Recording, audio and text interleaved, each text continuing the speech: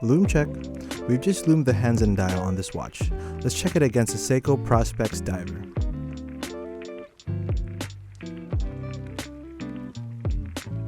I think we did pretty well. This is not to tell you we have a secret lume formula that we designed or what. This is to show you that if you know what to do, you can reliably create a better lume than some of the more established brands out there. Watch on to find out how to do it. Let's get started. For a good lume, getting the right ingredients is half of the work. Mixing them well is the other half. An easy way to get started is to get a lume kit, which has everything you need inside.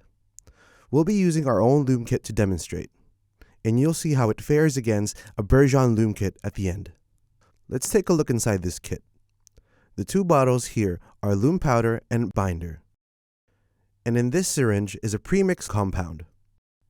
More on that compound later. Then this is the mixing dish, an oiler.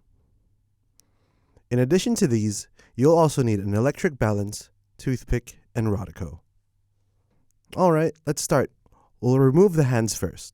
Remember to put protection between the tools and the dial. If you're not sure how to do it properly, check out our detailed guide on hand removal. With the hands removed, a quick warning. The hand is very thin and can bend easily. Once it's bent, it's nearly impossible to get it back to flat. So work slowly and carefully. And also avoid staining it with your fingers. Use tweezers instead. Let's take a look at the hand. The polished side is the top side. Turn it over and observe its back. This is the old lume that we need to remove. If you have our luming kit, your hands come without lume. You can skip the next part. The simplest method is to use a pair of tweezers or a craft knife to scrape the lume away. To prevent scratching the top side, we need to do two things. 1. Place it bottom side up on a piece of clean plastic film. And 2. Use a finger with a finger caught to lightly hold the hand in place to limit its movement. Lume paint is actually quite brittle, so it should be easy to scrape it away. Pay attention to the corners and make sure that all the lume is removed. As the underside of a hand is normally not visible, you don't need to worry about scratching it. With the old lume removed, we'll now prepare the lume compound. This is where it gets interesting. Depending on your need and the ease of application you're looking for, you can choose between two mixing methods. The first method is quick and easy, thanks to the specially made compound. It is designed to maximize both ease of application and lume performance. You simply need to mix this with the lume powder with a 1-to-1 ratio in weight. About 200 milligrams in total weight is more than enough for a set of hands. For the more adventurous DIYers, who might like to optimize for maximum brightness, the second method is for you. You'll mix your own lume compound and use a thinner in addition to the lume kit. For this method, the ideal ratio is important. It is a complicated topic. We can spend a whole video about it, but to keep it short, there are two ratios you need to consider. First, the powder to binder ratio. Second ratio is the overall compound to thinner ratio. Let's talk about the powder to binder ratio first. Simply speaking, with more powder than binder, you'll get a brighter lume and a matte texture. And conversely, with more binder than powder, you'll get a darker lume and a glossy texture. But it isn't as simple as it looks. You'd normally want a brighter lume, so you add more lume powder. Then you'll get a mixture that is too viscous to apply. That's where we use thinner to thin the mixture to the right consistency without affecting the resultant lume performance. That's the compound to thinner ratio. So does that mean we can add as much lume powder as we want and just dilute it with thinner? Unfortunately, with too much powder, the lume will be prone to flaking. You can see how the compound is a mixture of these three elements in delicate balance. So a good lume powder to binder ratio is 7:3. If you go over that, the chance of flaking is much higher. We'll need a precise measurement of these two elements, so we'll use an electronic balance. Set it to 0 with a container on it. Put the binder in first, because out of the two ingredients, it's the harder one to add precisely. Add in drop by drop. We'll use 60 milligrams as an example. Clean the oiler before the next step to prevent contamination. Then gradually add in the lume powder bit by bit until the mixture reaches a 73 lume to binder ratio, that is 200 milligrams in total weight.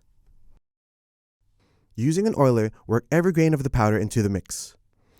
There shouldn't be any lumps or grains. It should be a consistent, smooth mixture. At this point, the mixture is probably too thick to be applied. Therefore, we'll use thinner to dilute the mixture to an acceptable consistency. Again, add a small bit at a time. Mix to see if the compound is at the right consistency. We want to aim for a consistency like this. If it's still too thick, add 1 drop and mix again. If it's too runny, let it sit for a few minutes to let the thinner evaporate.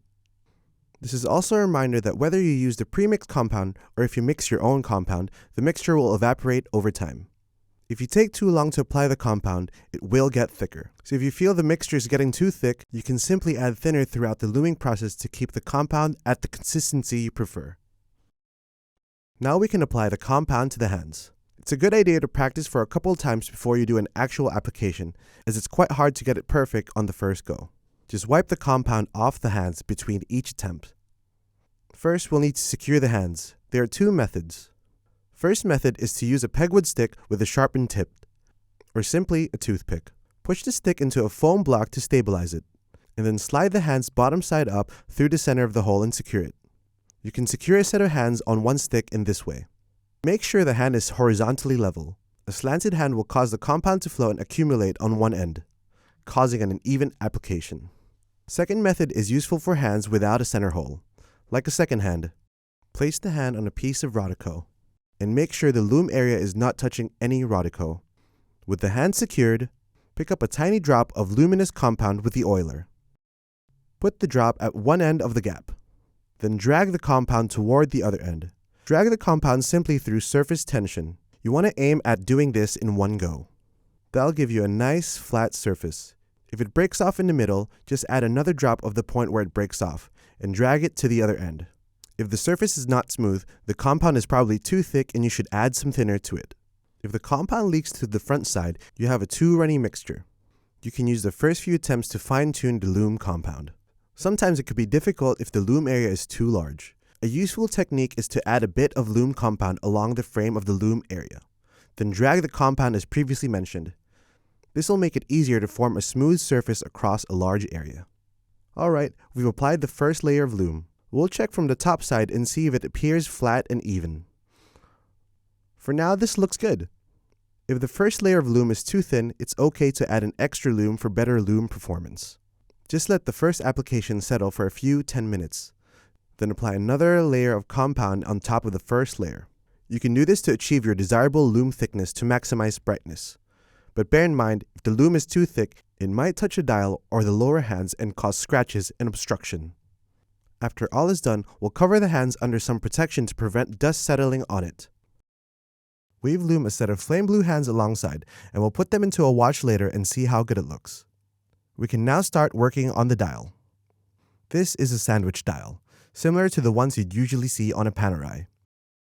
This is a construction that maximizes brightness by allowing us to put more compound on the bottom layer than one normally can on a single layer dial. Application is simple. We'll apply the same lume compound used on the hands on these recessed areas. We just need to stay roughly within the shape, because the top layer will cover up any of the lume that goes out of bound. The only constraint is thickness, because this has to be sandwiched between 2 layers of dial, so don't go thicker than this gap.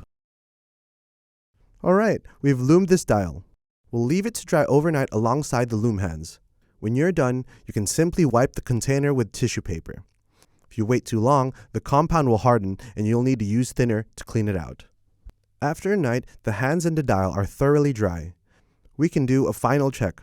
The top side should be smooth and glow evenly. This looks good. Let's check the set of flame blue hands we loomed as well. Good results. I think the blued hands go well with the dial and case. Let's go with them. Now I'll install the hands and the dial. If you're not familiar with this, check out our detailed guide on watch hand installation first. Here is the watch. We'll get the lume shot in a minute. But I have something interesting I want to show you. In the course of making this video, we also loomed an alternative set of hands with a Bergeon Lume Kit. Putting them side by side, you can see for yourself how the lume performance differs. Interesting result, isn't it? As we found out, the lume powder in the Bergeon kit is a Tritech product called New Light. As you may know, lume powder comes in various grades, and it turns out even Swiss-made stuff can produce average results. we're going to do a deep dive video on why you see different lume performances and how to achieve max brightness. So make sure you subscribe if you want to see that. Now I can use our UV flashlight to quickly charge the lume.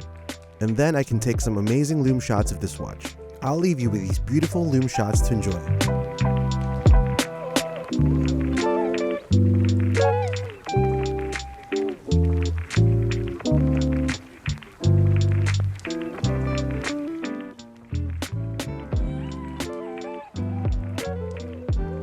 So that's how you re-lume watch hands and a dial.